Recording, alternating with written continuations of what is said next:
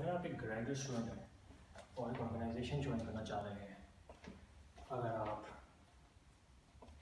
अपनी स्टडीज़ को part time job के साथ मैनेज कर रहे हैं, या अगर आप 3 से 5 साल का तजुर्बा रखने वाले एक एक्सपीरियंस्ड एम्प्लॉई हैं, या महज आप इंटरव्यूज़ दिए जा रहे हैं मगर जॉब लैंड नहीं कर पा रहे हैं, तब ये वीडियो आपके लिए है।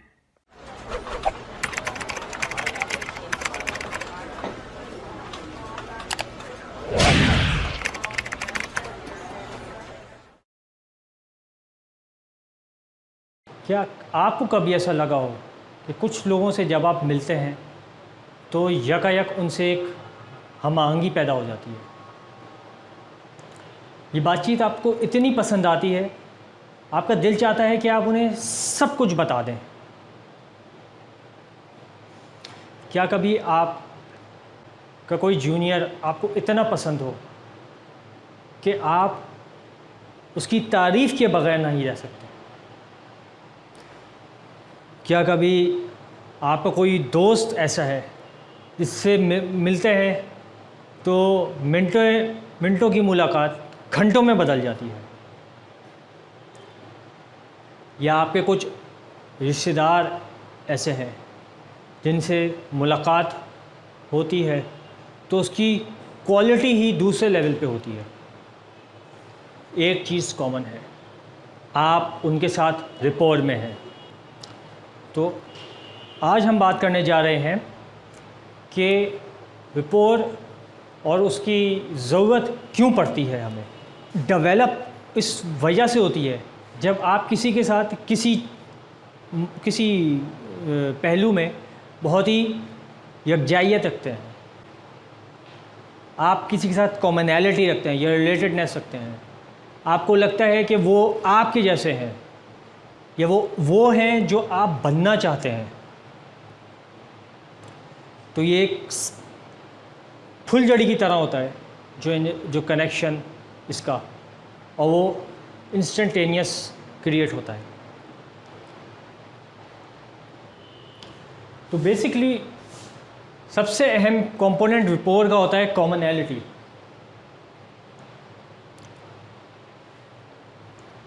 तो सवाल ये उठता है कि क्या लोग सिर्फ़ और सिर्फ उन लोगों से ही बना के रखते हैं जो उनके साथ कॉमन बिहेवियर में है? नहीं, ऐसा नहीं होता। प्रोफेशनल वर्ल्ड में लोगों को उनके साथ भी बनानी पड़ती है जो उनके मिजाज के डायरेक्ट नहीं है। आपको मल्टी डिसिप्लिनरी होना पड़ता है, जो इसकी एक्यूरेटली अगर इसको कहा जाए तो अगर आपके साथ किसी की नेचुरल रिपोर्ट नहीं बिल्ड होती तो तब आपको किस तरीके से इसको बिल्ड किया जा सकता है, इस पे रिसर्च बैक ये एक तरीका होता है। इसका दूसरा कंपोनेंट जिससे इसको रिपोर्ट को बिल्ड किया जा सकता है वो है बाय यूज़ ऑफ कम्युनिकेशन। ना कम्युनिकेशन में दो तरह की कम्युनिकेशन होती है, verbal communication and non verbal. मगर जब आप किसी ऐसे बंदे से रिपोर्ट बिल्ड करने जा रहे हैं जिसका मिजाज आपको नहीं पता, जिसका मिजाज आपके मिजाज से मुख्तलिफ हो सकता है, वहाँ पे बड़े एसेंशियल चीज़ ये होती है कि आपकी वहाँ पे अल्फाज इतना असरअंदाज नहीं करते। ये साइंटिफिक बैक्ड रिसर्च है कि वर्ड्स का कंट्रीब्यूशन 7% होता है किसी भी गेट टुगेदर में, और जहाँ पे लोग एक दूसरे को नहीं जाना करते। मगर आपका जो नॉन वर्बल आपकी बॉडी लैंग्वेज जो बोलती है, आपकी बदन बोली जो बोलती है, आपकी तन बोली जो बोलती है, वो बेसिकली उसका 93% इम्पैक्ट होता है सामने वाले के ऊपर। मैंने अपनी कुछ वीडियोस पहले व्हाई दे से ड्रेस फॉर सक्सेस में जिक्र किया था सबलिमिनल मैसेजेस का। तो सबलिमिनल मैसेजेस बेसिकली वो बताते ही यही हैं कि लोग आपके बारे में जो जजमेंट्स बनाते हैं वो ज़्यादा उनके लिए इम्पोर्टेंट होता है बजाय इसके जो आप उनको कह रहे होते हैं। तो अगर वो चीज़ आपकी उन जो कह रहे हैं आप वो उनके सबलिमिनल इमेज से कॉन्ट्रोडिक्ट करता है तो वो उसको डिनाई कर देते हैं। यही वजह है कि वर्ड्स का यूज़ करना एक आउटसाइडर्स को या अपने से नॉन रिलेटेड लोगों में वो उतना असरअंदाज नहीं होता जितना एक नॉन वर्बल आपका गेटो होता है। तो ये इसमें हम इसमें मज़ीद डाइव इन करेंगे। नॉन वर्बल कम्युनिकेशन में आज आती है एक स्टडी है मैचिंग एंड मिररिंग। इसको सबसे पहले एलन पीज ने अपनी बुक बॉडी लैंग्वेज में डिस्क्राइब किया था, और ये नॉन वर्बल के ऊपर बेसिकली एलन पीज ने नॉन वर्बल कम्युनिकेशन के ऊपर एक बुक लिखी थी द बॉडी लैंग्वेज के नाम से, जिसमें मुख्तलिफ़ सिग्नल्स जो लोग उनकी बॉडी दे रही होती है वो बताया जा रहा होता है। आज हमारे लिए एक बहुत ही नोन फिनोमेना है जो लोग अब से 20 साल 30 साल पहले बहुत एक्टिव अपने करियर में बहुत एक्टिव हुआ करते थे। अब ये बात हर एक को पता चल गई है, मगर फिर भी कुछ लोग अभी भी इससे नावाकिफ़ हैं। सबकॉन्शियसली लोगों को पता होता है कि ये क्या हो रहा है, मगर उनको किसी ने कभी पॉइंट आउट नहीं किया जिस तरीके से उस ऑथर ने अपनी बुक में पॉइंट आउट किया होता है कि ये एक साइंटिफिक, एक बायोलॉजिकल फिनोमेना है आपका जो आप कंट्रोल कर सकते हो। तो मैचिंग एंड मिररिंग बेसिकली उसका एक बॉडी लैंग्वेज का एक तरीका है जिससे आप अपनी बॉडी लैंग्वेज को इन्फ्लुएंस करके उसे अपने प्रॉस्पेक्ट, अपने स्टेक होल्डर की मिजाज के मुताबिक ढाल सकते हो। ये बेसिकली एक साइकोलॉजिस्ट, एक हिप्नोथेरेपिस्ट डॉक्टर मिल्टन एरिक्सन की दरियाफ्त है। उन्होंने बेसिकली देखा कि लोग जो होते थे वो बेसिकली उनका सबकॉन्शियस जितना उनको इन्फ्लुएंस करता था उतना ही उनका उससे ज़्यादा, उससे कम बल्कि वो अपने कॉन्शियस माइंड के इन्फ्लुएंस में होते थे। तो उन्हें पता चल गया कि उन्हें अगर किसी को इन्फ्लुएंस करना है तो उन्हें उनके किसी के सबकॉन्शियस को इफ़ेक्ट करना पड़ेगा। तो बेसिकली ये तरीका बहुत सिंपल है। उनके पास अगर कोई पेशेंट आता था और बोलता था कि डॉक्टर साहब, मुझे नहीं लगता कि मैं अब मज़ीद आपके करिकुलम का हिस्सा बन सकता हूँ, मुझे कोई फ़ायदा नहीं हो रहा इससे, शायद मुझे छोड़ देना चाहिए। तो बजाय इसको वो इंटेलेक्चुअली कायल करने के, वो भी उससे बोलते थे, हाँ हो सकता है कि तुम्हें ये समझ में, ये तुम्हें लग रहा हो कि तुम्हारे काम नहीं आएगा, मगर मेरी मानो तो इसमें रुक जाओ। बंदा उसका असर इस तरह से लेता था कि भाई ये तो इसने जो बात कही, ये तो मुझे ये तो इसकी शायद कुछ, इसकी बात मुझे शायद समझ आ रही है, शायद मुझे रुक जाना चाहिए। अगर उसके पास कोई गुस्से में आता था, कहता था डॉक्टर साहब मुझे आपका प्रोग्राम बिल्कुल पसंद नहीं आ रहा, मैं यहाँ से जा रहा हूँ, वो कहते थे आप बैठ जाइए, आपका ही नहीं जा रहा, ये प्रोग्राम आप करके जाएंगे। उसका दिमाग, उसके जहन में चलता था, अरे ये बंदा तो बिल्कुल अपनी ठाट है यार, अपनी जब बोली बोलता है, अरे तो कुछ करेगा।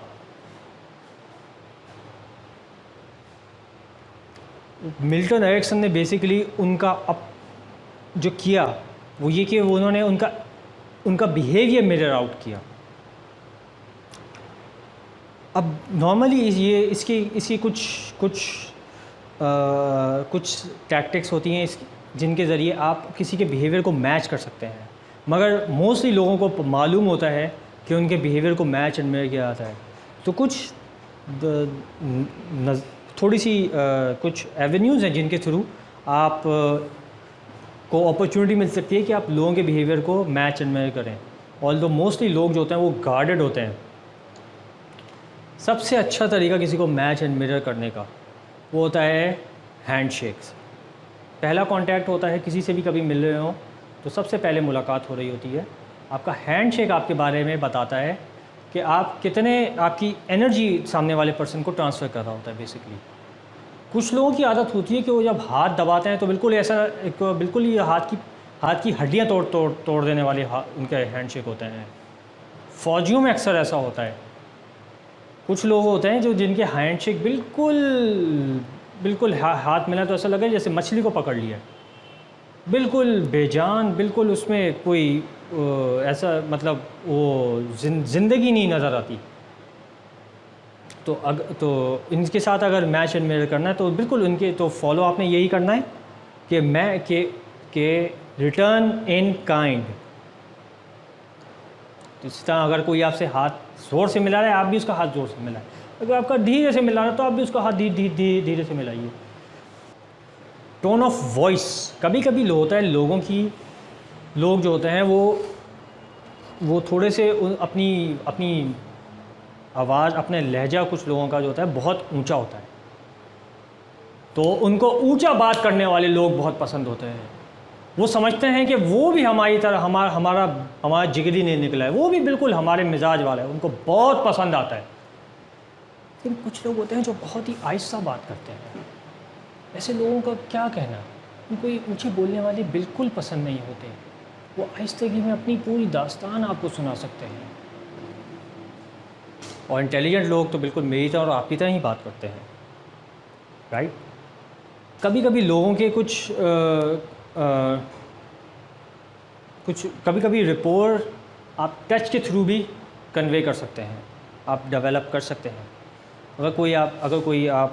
आप अपनी वर्क प्लेस में हो, कोई आपको एक बहुत ही गैर जिनसी तौर पे आपको अगर आके कहता है, थपकी देता है, तो आप अगर कभी काम हो जाए तो आप जाके आप उनको बदले में थपकी देंगे, उनकी वो नोटिस करेंगे। ये बात बेसिकली ये उनके अंदाज में बात की गई है जिसको वो अप्रिशिएट करते हैं, वो समझते हैं। अगला है आई कांटेक्ट। अब ये कुछ सेल्समैन को बताया जाता था कि अगर आप किसी की आंखों में आंखें डाल के उससे बात करेंगे तब आप उसको अपने कस्टमर को कन्विंस कर लेंगे। मगर ये आंखों में आंखें डालना तो भाई सिर्फ फिल्मों में हुआ करता है।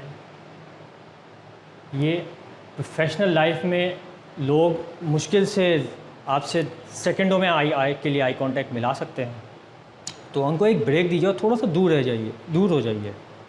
अगर कोई वाकई में आपको 45 मिनट के लिए आई कांटेक्ट बनाना चाहता है तो भाई वो तो एलियंस ही करते हैं।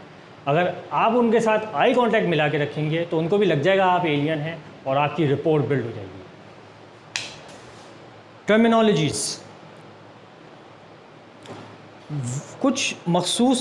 कुछ इंडस्ट्रीज़ में कुछ मखसूस वर्ड्स होते हैं।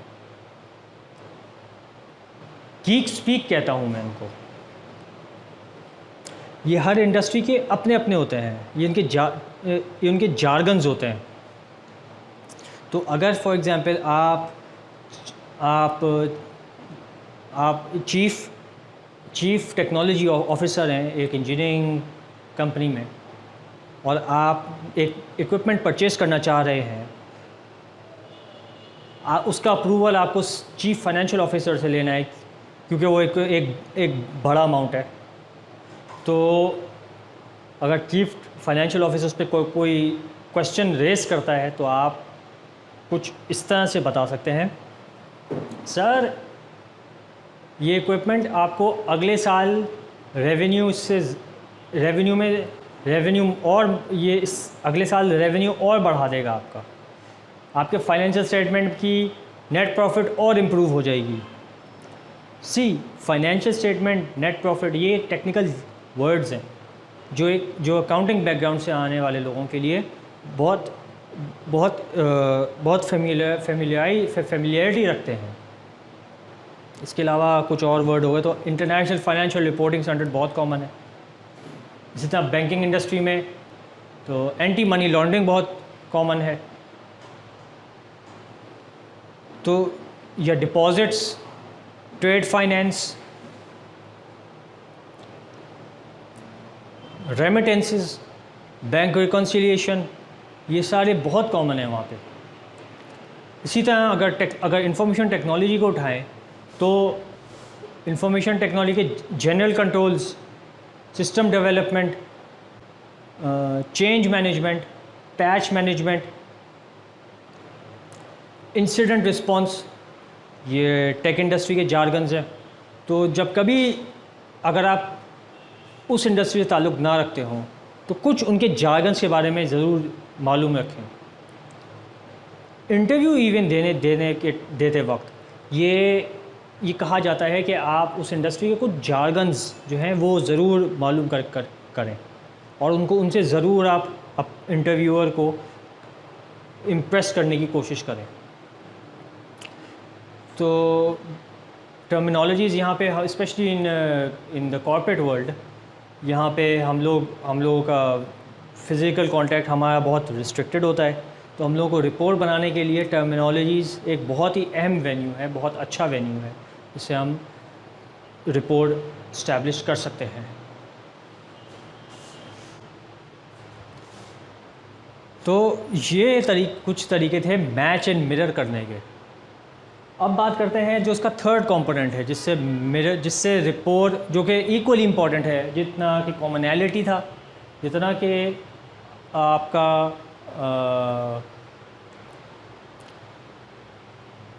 कम्युनिकेशन था, वो एक क्वेश्चनिंग्स बेसिकली कहा जाता है कि जो स्पेशली जो शुरू के, जब आप किसी नॉन रिलेटेड पर्सन से फर्स्ट टाइम मुलाकात कर रहे होते हैं in the context of professionalism and business.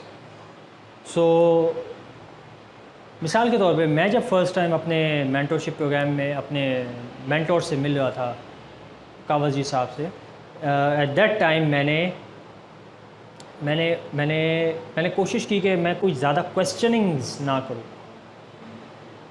और हुआ भी यूँ। उनको भी मैंने नोटिस किया कि वो कोई क्वेश्चन नहीं कर रहे थे, उनका कोई उनका क्वेश्चनिंग या स्क्रूटनाइजिंग वाला कोई एक हमारी कॉन्वर्जेशन का थीम नहीं थी। तो जो बॉन्डिंग होती है दो नॉन रिलेटेड लोगों की, वो यहाँ पे स्ट्रेंथ पकड़ती है जब वहाँ पे क्वेश्चनिंग नहीं होती, बिकॉज़ कुछ ना कुछ आपको उनके बारे में पता चलता है मिलने से पहले। तो अवॉइड क्वेश्चंस, बिकॉज़ आप किसी भी स्ट्रेंजर से जाके तो नहीं कहेंगे अस्सलाम वालेकुम, आपका क्या नाम है, आप कहाँ से आए हैं, आप यहाँ क्या कर रहे हैं। वो ये बोल सकता है ये मेरा नाम फ़लाँ फ़लाँ है, मैं गुंडा हूँ, मैं आप सबको यरगमाल बनाने आया हूँ। ओह, मुझे भी, मैं भी। तो ऐसा नहीं होता। बेसिकली रिपोर्ट बिल्डिंग में जब आपको ज़रूरत पड़ती है, तो इसको इवन इंटरनेशनल स्केल के ऊपर भी जो है वो जो इन्वायरमेंट बनाया जाता है, वो एक कॉन्फिडेंस बिल्ड करने वाला इन्वायरमेंट होता है, जिसमें दोनों पार्टीज़ मिलके कोशिश करती हैं कि वही दूसरे को क्वेश्चन ना करें, कुरेदे ना। क्वेश्चंस बेसिकली हमें इंफॉर्मेशन के लिए ज़रूरत पड़ती है। वो जब हम एक प्लेटफॉर्म पे उनको ले आते हैं, इंटरव्यूज़ इसकी बहुत अच्छी मिसाल है। Normally interviews question and answer पे बेस करते हैं, मगर अगर आप इंटरव्यूअर को पसंद आ रहे हैं, ये इंटरव्यूइंग ऑर्गेनाइजेशन आपको पसंद आती है, और ये इंटरव्यूज़ जो शुरू के इंटरव्यूज़ हैं जो एक अच्छा इनिशियल इम्प्रेशन दे रहे होते हैं, तो वो जब थोड़े से बिल्डअप होने शुरू होते हैं, मोमेंटम पकड़ते हैं, तो वो क्वेश्चन आंसर सेशन और वो माहौल जो है वो बिल्कुल चेंज हो जाता है। वो एक कॉन्वर्जेशनल इन्वायरमेंट की तरफ जाने लगता है। और यही वजह होती है कि जब आपको एक ऑर्गेनाइजेशन में आप इंटरव्यू देने में सक्सीड करते हैं, तो आपको कॉन्ग्रेचुलेशन जब उनकी तरफ से आता है तो आपको बहुत अच्छा लगता है। और यही बात होती है कि यहीं से एक ऑर्गेनाइजेशन जो अब उनके ऑन बोर्ड लोग आते हैं, उनके साथ एक ताल्लुकात भी अच्छे बनाती है। यही बेसिस होती है specially in hiring, how to make good relations. So my message was कि avoid questioning. Now why is it important? हम तो बेसिकली प्रोफेशनल बैकग्राउंड के हैं, हम लोग जॉब सीख करते हैं। हमें क्या ज़रूरत है कि हम लोग जो हैं वो रिपोर हर एक से बनाते फिरें? भाई सीधी सी बात है, ताल्लुकात बनाना हर एक की ज़रूरत बन गया है, सिर्फ ठेकेदारों की ज़रूरत नहीं है। जब आप प्रोफेशनल एनवायरनमेंट में आते हैं तब आपके लिए ज़रूरी है कि आप अपने स्टेक होल्डर्स से रिपोर बिल्ड करें, ताकि आपको कुछ शेयर किया जा सके। इवन एक प्रोफेशनल एनवायरनमेंट में या एक नई सिचुएशन को जब आप फेस कर रहे होते हैं, जैसे मैंने सऊदी अरब में पहली बार नए ऑडिटिंग सॉफ्टवेयर पे काम करना शुरू किया था, तो मुझे मेरे सीनियर कोलीग की ज़रूरत पड़ गई थी समझने में उससे थोड़ा सा इनपुट ले सकूं मैं। इवन अगर मेरी अपने सीनियर के साथ रिपोर्ट बिल्ड नहीं हुई होती तो मेरे लिए मुश्किल हो जाता वो उनकी जब सॉफ्टवेयर सीखने में उनसे मदद मांगने का हिस्सा आता। क्योंकि जब कभी हम एक नई सिचुएशन को फेस करते हैं, और ये लाइफ में बहुत कॉमन है कि हमें किसी से मदद मांगने की ज़रूरत पड़ जाती है, या हमें किसी को से कुछ समझना पड़ता है। मीनिंग कि हमें या तो इन्फॉर्मेशन किसी से चाहिए होती है या हमें किसी से कोई फेवर चाहिए होता है। ये दोनों तभी पॉसिबल होते हैं जब आप एक रिलेशनशिप ऑफ रिपोर में होते हैं उनके साथ। रिपोर का बेसिकली मतलब ये है रिस्पॉन्सिवनेस बिटवीन टू पीपल। तो एज प्रोफेशनल्स हमारे लिए ये ज़रूरी है कि हम अपने स्टेक होल्डर्स के साथ एक रिलेशनशिप ऑफ रिपोर में आएँ, ताकि तब वो अपने दिल के दुखड़े हमसे शेयर कर सकें, और जो है हम एक इस रिलेशनशिप को कंटिन्यू कर सकें। तो रिपोर में रहने से हम एक बहुत ही मौसर सर्विस दे सकते हैं। ये स्पेशली कंसल्टिंग या प्रैक्टिसिंग बैकग्राउंड के लोगों से मैं ये बात बता रहा हूँ, और ज़रूरत इसकी हर प्रोफेशन में होती है। क्योंकि हर प्रोफेशन में की शुरुआत ह्यूमन रिलेशंस, इंसानी ताल्लुकात से होती है। और सबसे आखिरी बात ये बताता चलूँ कि इससे पूरे प्रोसेस, पूरी जॉब, पूरा प्रोजेक्ट, पूरा साल, ये पूरा एक नहायत ही खूबसूरत सफ़र मज़ीद इंजॉयबल हो जाता है। अपनी दुआओं में याद रखें। अपना बहुत बहुत ख्याल रखें।